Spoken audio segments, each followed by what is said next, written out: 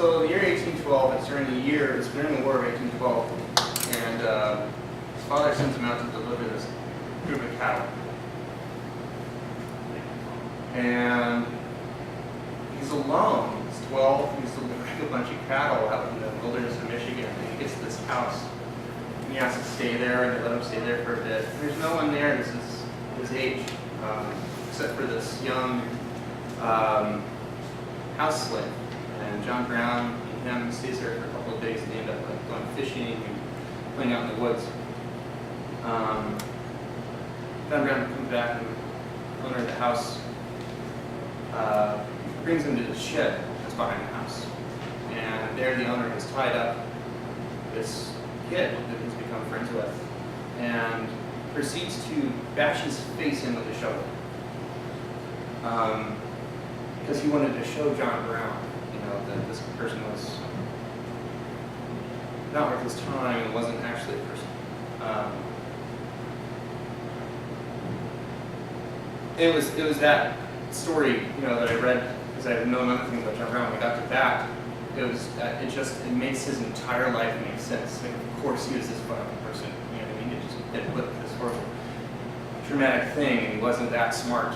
But he's really passionate about this one thing. That's why I love John Brown.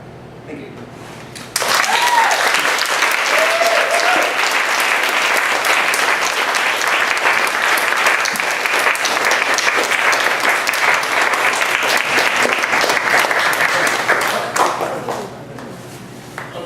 Questions? Great. Oh. Have you been to Harper's Ferry? I have. It's awesome. Yeah. Yeah. A lot of stuff like about that. Yeah. The Wax Museum? What's that? The Wax Museum? In Harper's Ferry? Yeah. I have not been to that. It ends with Wax John Brown, and it plays John Brown. Eliza Morning in the Great. Yeah. I will go to that next time I'm there. Yeah, it's awesome. There's plaques all over the place in Harper's Ferry. It's pretty cool. Any other questions? Great. Yes. So you started out by saying that John Brown was a terrorist, and I just wanted to see if you could expand on that in terms of how you're defining terrorism. And I'm not. okay. I'm not going to defend terrorism at all. No, how you're defining it, not defend. I mean, I read a lot about that, and it was what I kind of wanted to make the lecture about to begin with, but then I realized that how I felt about it was I didn't want to even argue another side or point out anything else. He was a terrorist. He used terror, and he committed treason, against his own population and government. A lot of the big argument for him not being a terrorist is that the word terrorist, that history is written by the winners sort of argument that, you don't call Che Guevara a terrorist, you call him a revolutionary. So the question is constantly asked was John Brown a revolutionary? Was he a terrorist? And I just don't think that they're antonyms. They're antonyms? Yeah, they're not. I don't think that they're antonyms. I think that he was a terrorist. Was he revolutionary? Absolutely. But, yeah. Does that answer your question? Pretty much. Okay. You said that he was trying to write his own constitution? Yeah. So and you said that means like destroyed or something? What was that? You said that was destroyed. No, we have it. Oh, they have it? Well, can you give us some fun excerpts? Sure. It's it was for Virginia. It was the provisional constitution for Virginia after he'd taken it over. He was going to be the governor of Virginia after he'd taken it over also. Democratic? What's that? Would it be democratic? It was a lot like the Constitution. It's actually really a lot like the Constitution, plus just with some things omitted and some certain other parts of it that he thought would sort of help make the transition away from slavery fast, quickly, and non-violent action.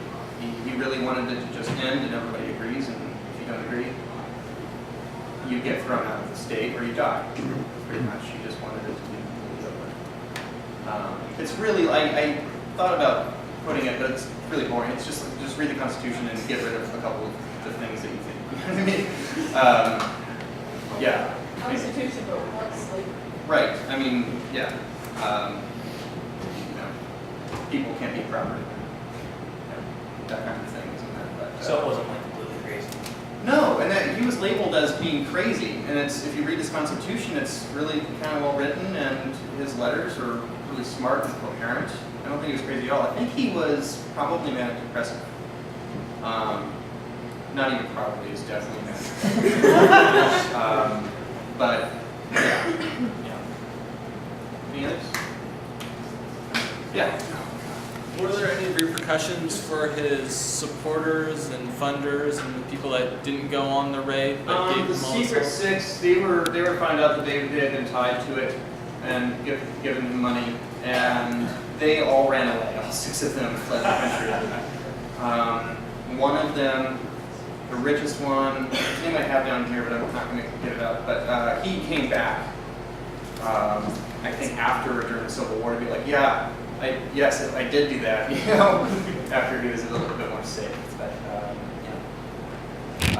everybody else in the raid was executed as well. Yeah. Any others? Oh, Frederick Douglass also had to flee the country for a while. What?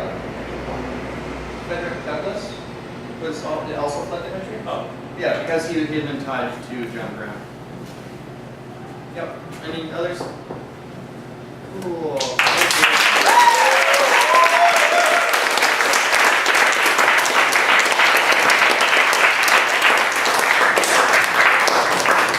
So this concludes September 11th. Thank you. Thank God. Or it's over if you want.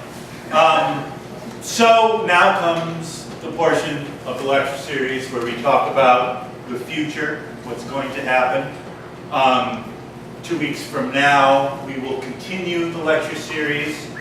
We're going to have Patrick Barron talking about, I believe, what's wrong with the Western medicine industry, or like what they're doing wrong. Like, he didn't really tell me what it's going to be about. Along those lines.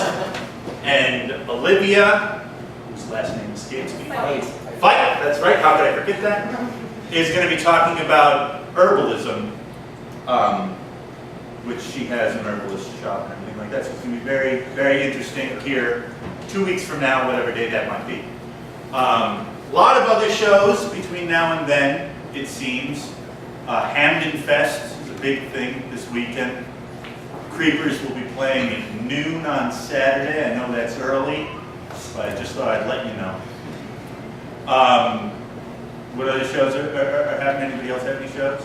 Acme Theater benefits September 27th. So what's that going to be like? Friday. It's going to have a lot of live performances. I'm going to ask you to give us some money. It's like a real life Kickstarter. Okay, so like Jerry Your Lewis. rewards are the experience of the performances. So did everyone hear this?